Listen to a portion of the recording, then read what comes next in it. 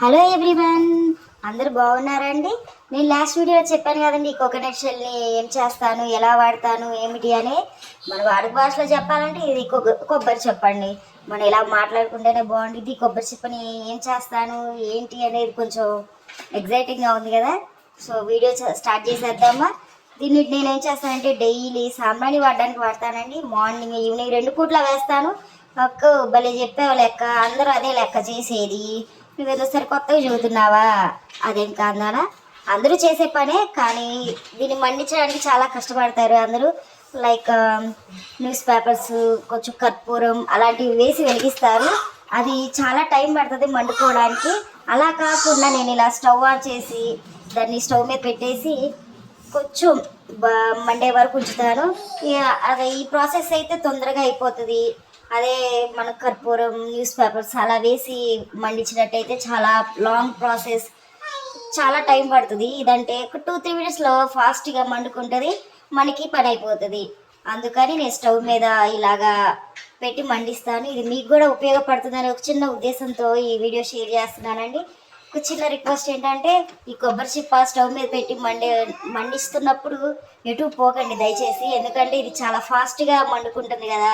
So అందుకని చెప్పి నేను ఎటు పోకుండా అక్కడే ఉండి చూస్తూ ఉంటాను. ఇది తొందరగానే మండుకుంటుందండి. మధ్యలో నేను ఒక చిన్న పీస్ లాంటిది ఒకటి వేసాను కదా, అది ఆవు పేడ అండి. నేను ఆవు పేడ మాకు ఇక్కడ బాగా దొరుకుతుందండి. నేను ఒక కవర్ ఇలా తెచ్చుకొని పెట్టుకుంటాను. కంప్లీట్ అవగానే మళ్ళీ తెచ్చుకుంటానండి. ఇక్కడ ఆవు పేడ అంటే మనకి లక్ష్మీదేవత సమానం కదా, అందుకని చెప్పి ఒక చిన్న పీస్ వేసాను. ఇది సాంబ్రాణి స్మెల్ కూడా చాలా బాగుంటుందండి. ఆవు పేడ వేసింది డిఫరెంట్ స్మెల్గా వస్తుంది, చాలా బాగుంటుంది. ఒకసారి మీరు కూడా ట్రై చేయండి. ఆవు పేడ దొరికితే ఖచ్చితంగా ఎండిపోయింది వేయండి, అప్పుడే బాగుంటుంది మనకి. స్మెల్ మాత్రం చాలా బాగుంటుంది. మామూలు సాంబ్రాణి వేసినప్పుడు స్మెల్ ఒకలాగా వస్తుంది, ఆవు పేడ వేసినప్పుడు వచ్చే స్మెల్ కొంచెం చాలా డిఫరెంట్గా అది తెలుస్తుందండి మనకి. ఆ ఫ్లేవర్ అనేది చాలా బాగుంటుంది. ఏమక్క ఇలా ఈ రోజుల్లో కూడా ఆవు పేడ వేసి సాంబ్రాణి వేసే వాళ్ళు ఉన్నారా అంటారా?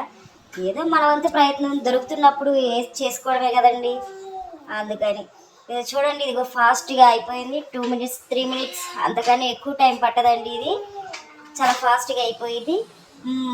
మండేటప్పుడు సాంబ్రాణి వేయమాకండి, ఇంకా మంట ఎక్కువైపోయింది. మంట అంతా అయిపోయినాకే వీడియోలో చూపిస్తున్నట్టుగా సాంబ్రాణి వేసుకోండి.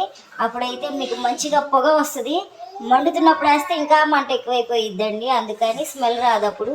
ఇప్పుడు అయితే మంచిగా స్మెల్ వస్తుంది ఆవు పేడతో కలిసి. ఇది సాంబ్రాణి బాగా స్మెల్ వస్తుందండి. ఒకసారి మీరు ట్రై చేయండి. సో నేను ఇలా ఫస్ట్ దేవుడి గది చేసి తర్వాత ఇల్లంతా సాంబ్రాణి వేసేసి నేను బయట గడప దగ్గర పెట్టేస్తానండి. నేను ఒక్కదాన్నే వీడియో తీసుకొని ఒక చేతితో సాంబ్రాణి వేస్తూ ఒక చేతితో వీడియో తీసుకోవడం వల్ల నేను మీకు ప్రాపర్గా చూపించలేకపోయాను, ఏమనుకోవద్దు. చాలా వాటికి ట్రై చేశాను వీడియో తీయడానికి. ఇప్పుడు 3 టైమ్స్ తిరిగానండి అలా ఇల్లంతా చూపించడానికి మీకు. మా బాబు హాలిడే కదా, ఇల్లులాడి ఉంచలేదండి. ఎక్కడ వస్తువు వాడు ఎటు పడితే అటు సదిరే కొద్దీ తీస్తూ ఉంటాడు, పడేస్తూ ఉంటాడు ఇల్లంతా. సో మాకు ఈ తప్పులు. సో ఇలా లాస్ట్కి గడపకి చూపించేసి సాంబ్రాణి తులసి చెట్టుకి చూపించేసి ఇంకా గడప దగ్గర పెట్టేస్తానండి.